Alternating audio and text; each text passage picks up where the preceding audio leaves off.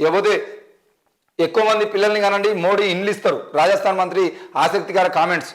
రాజస్థాన్ మంత్రి బాబాలాల్ కరాడి ఆసక్తికర వ్యాఖ్యలు చేశారు.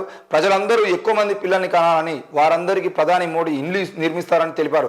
ఉదయ్పూర్లో జరిగిన బహిరంగ సభలో కరాడి మాట్లాడుతూ ఎవరు ఆకలితో నిద్రపోకూడదు, ఇల్లు లేకుండా జీవించకూడదు అనేది ప్రధాని మోడీ కళ అని చెప్పారు. కాబట్టి ఎక్కువ మంది పిల్లల్ని జన్మించినా సమస్య ఏం ఉండదని వారందరికీ మోడీ ఇల్లు కట్టిస్తారని వ్యాఖ్యానించారు. ఈ క్రమంలో పక్కనే ఉన్న సీఎం భజన్లాల్ శర్మ సమావేశానికి హాజరైన ప్రజలు పగలబడినవారు. మరి ఎక్కువ మంది పిల్లలు కానీ మోడీ ఇల్లు ఇస్తారంటే ఇదే నరేంద్ర మోడీ గుజరాత్లో కానీ లేదంటే మొన్న జరిగినటువంటి G20 సమావేశాలకు సంబంధించిన విషయంలో కూడా హైదరాబాద్ నడిగడ్డ మీద ఢిల్లీ నడిగడ్డ మీద ఆ యమునా నది పక్కన ఉన్నటువంటి కొంతమంది గుడిసెలు ఏవైతే ఉన్నాయో ఆ గుడిసెలు మొత్తాన్ని కూలగొట్టి ఆ గుడిసెలు కూలగొట్టినటువంటి ప్రాంతంలో అక్కడ ఆ నదీ పరివాహక ప్రాంతంలో ఉన్నటువంటి ఎంతో మంది ఎన్నో ఏళ్ళుగా గుడిసెలు వేసుకొని తిరుగుతూ ఉంటే వాళ్ళ ఇల్లు కాదు కదా, కనీసం వాళ్ళకు ఉపాధి ఇళ్ళడు జాగా కూడా లేకుండా మొత్తం బుల్డోజర్లు పెట్టి క్లీన్గా సాపి వేసేసి అక్కడ బ్యానర్లు కట్టినటువంటి పరిస్థితి మనం చూసినాం.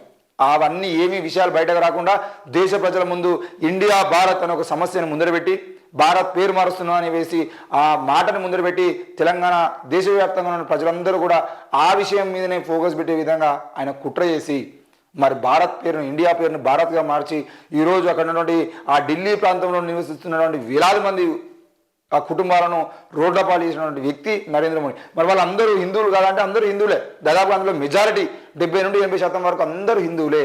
మరి రోడ్ల మీద బతుకుతూ వాళ్ళ గుడిసెలలో హిందూ దేవుళ్ళ ఫోటోలు పెట్టుకొని బతుకున్నాడు. వాళ్ళ గుడిసెలను కూడా ఈరోజు కూలగొట్టినటువంటి ఘనత నరేంద్ర మోడీది. మరి ఆయన మళ్ళీ ఎక్కువ మందిని కన్నా ఇండ్లు ఇస్తారు, ఏం మీరు టెన్షన్ పడాల్సిన అవసరం లేదని చెప్పేసి మాట్లాడడం సరైంది కాదు.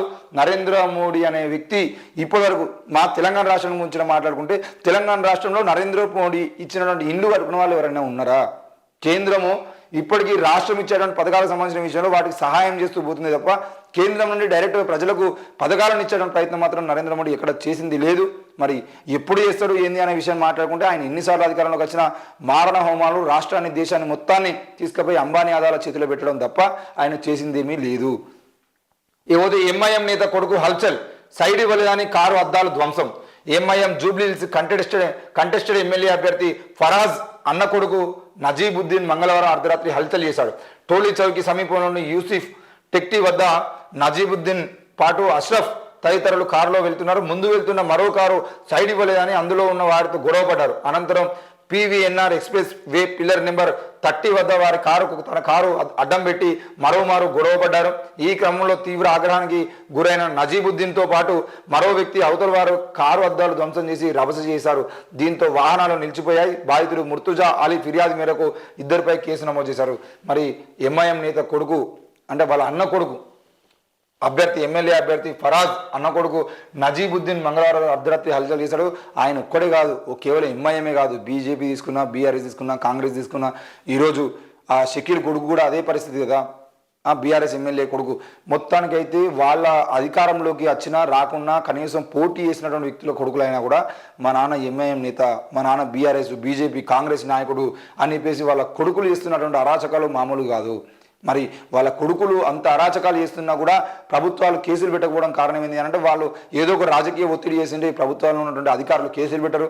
ఆ అధికారులు కేసులు పెట్టడం వల్ల వాళ్ళు మరిన్ని కథలు పడి మరిన్నిసార్లు వాళ్ళు ఇట్లాంటి ప్రయత్నాలు చేస్తూ ఉంటారు. అవసరమైతే వాళ్ళు డ్రగ్స్ తీసుకున్నా వాళ్ళ కేసులకు సంబంధించిన విషయంలో కానీ వాళ్ళు పట్టుబడ్డటువంటి విషయంలో కానీ ఎక్కడ కూడా వాళ్ళ పేర్లు బయటకు రాకుండా కాపాడే ప్రయత్నం అధికారులు కూడా చేయడం అనేది సిగ్గుచేటు. దానివల్లనే ఈరోజు ఇంత దారుణంగా వాళ్ళు అంటే దారుణాలకు ఒడిగడుతున్నారు. ఈరోజు బండి సంజయ్ కొడుకు కూడా ర్యాగింగ్ చేస్తే ర్యాగింగ్ కాదు అంతా ఒక వ్యక్తికి వార్నింగ్ ఇచ్చారు. అదంతా కాలేజీలో అది కామన్ విషయం. అమ్మాయిలను నేర్పిస్తే కొట్టకపోతే ఏం చేస్తారు? అమ్మాయిలను ఏడిపించేది కాలేజీలో ఉన్న విద్యార్థుల మీద చేసుకోవచ్చు అని చెప్పేసి ఆనాడు అధికారులు మాట్లాడారు, ప్రభుత్వం మాట్లాడిన పరిస్థితి కూడా మనం చూసినాం. మరి అట్లాంటి విషయాల్లో ప్రభుత్వము అధికారులు వాళ్ళకి సంబంధించిన విషయంలో అట్లాగే సపోర్ట్ చేసుకుంటూ పోతే వాళ్ళ దాడులు ఇంకా పెరిగేటువంటి అవకాశాలు ఉన్నాయి. కాబట్టి ఇట్లాంటి విషయాల్లో ఎట్టి పరిస్థితుల్లో వాళ్ళు మాజీ ఎమ్మెల్యే కొడుకులైనా లేదంటే ఇప్పుడున్నటువంటి ఎమ్మెల్యేల కొడుకులైనా ఎంపీల కొడుకులైనా ఎవరైనా కూడా ఊరుకునేటువంటి ప్రసక్తి ఉండదు. ఎందుకనంటే అధికారాన్ని చేతిలో పెట్టుకొని వాళ్ళ తల్లులు అందరూ అధికారాన్ని కేటాయిస్తారు, అధికారాన్ని ఎంజాయ్ చేస్తారు. వాళ్ళ కొడుకులు కూడా మా నాన్న ఎమ్మెల్యే, మా అమ్మ ఎమ్మెల్యే అని చెప్పేసి ఇట్నే దాడులు చేస్తూ ఉంటే సరైనది కాదు. కాబట్టి